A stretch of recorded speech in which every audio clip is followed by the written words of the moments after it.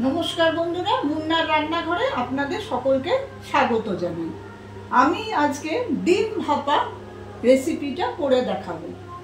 তার জন্য আমার লাগবে ডিম সেদ্ধ করে রেখেছি। আমি ডিম সেদ্ধ করে আমি ভালো করে মাঝখান বরাবর এগুলোকে কেটে রেখেছি।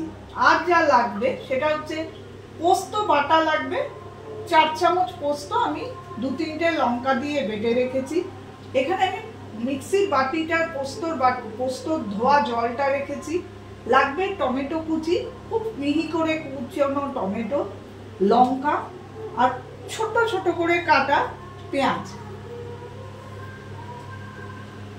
আর লাগবে নারকেল কুড়ো। কিভাবে করছি, নুন হলুদ তেল এগুলো তো লাগবেই। কিভাবে করছি এবারে দেখুন। আমি প্রথমেই যেটা করব, একটা টিফিন কৌটো নিয়েছি আর আমি এখানে 4টে ডিম সেদ্ধ করে কেটে নিয়েছি। এবারে আমি প্রথমে পোস্ত বাটাটা দিয়ে দিচ্ছি।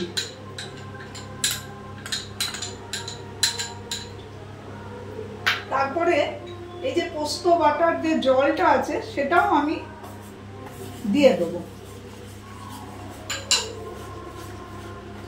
তার সঙ্গে যেটা দেব, এই পেঁয়াজ কুচি করে রেখেছি সেইটা।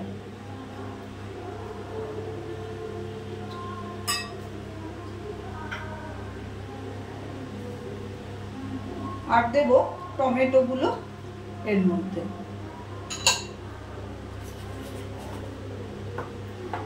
এবারে যেটা দেব সেটা হচ্ছে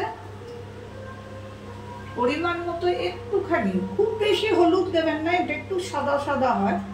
অল্প একটু হলুদ, একটু নুন পরিমাণ মতো।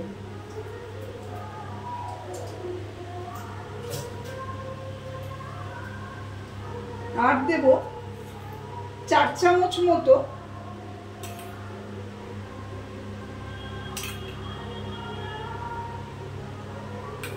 সর্ষের তেল। এটা প্রথমে দিয়ে আমি ভালো করে এটাকে মিশিয়ে নেব।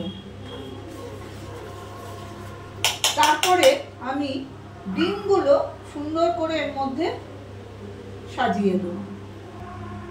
এইভাবে আমি ডিমগুলো সাজিয়ে সাজিয়ে দেবো। তার উপরে আমি এই কাঁচা পাকা লঙ্কা দিয়ে দেবো 2টো, 3টে দিচ্ছি।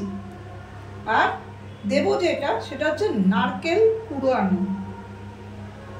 এটা দেওয়াতে এই ভাপাটার টেস্টটা আরো ভালো হয়ে যায়।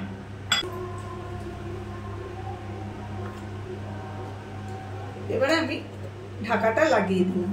এদিকে কড়াইয়ে আমি অল্প খানিকটা জল আমি গরম হতে অলরেডি বসিয়ে দিয়েছিলাম। জলটা আমার গরম হয়ে গেছে। আমি করব কি, এইটা ভাপে করার জন্য আমি এখানে বসিয়ে দেব। মিনিট 15 এইভাবে এটা ভাপে রাখতে হবে। দেখুন বন্ধুরা, আমি ঠিক মিনিট 15 পর আবার ফিরে এলাম।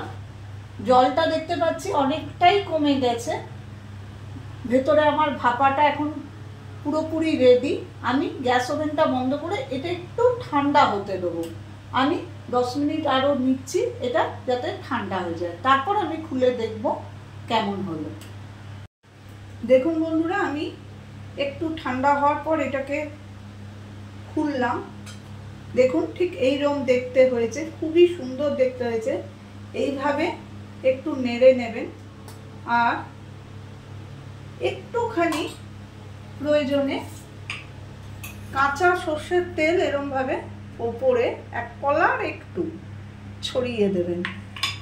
এটা পুরোপুরি রেডি হয়ে গেল আমার ডিম ভাপা। এটা গরম ভাতের সঙ্গে খুবই ভালো লাগে। রুটি পরোটার সঙ্গেও আপনারা এটা খেয়ে দেখতে পারেন, খুবই সুস্বাদু হয়।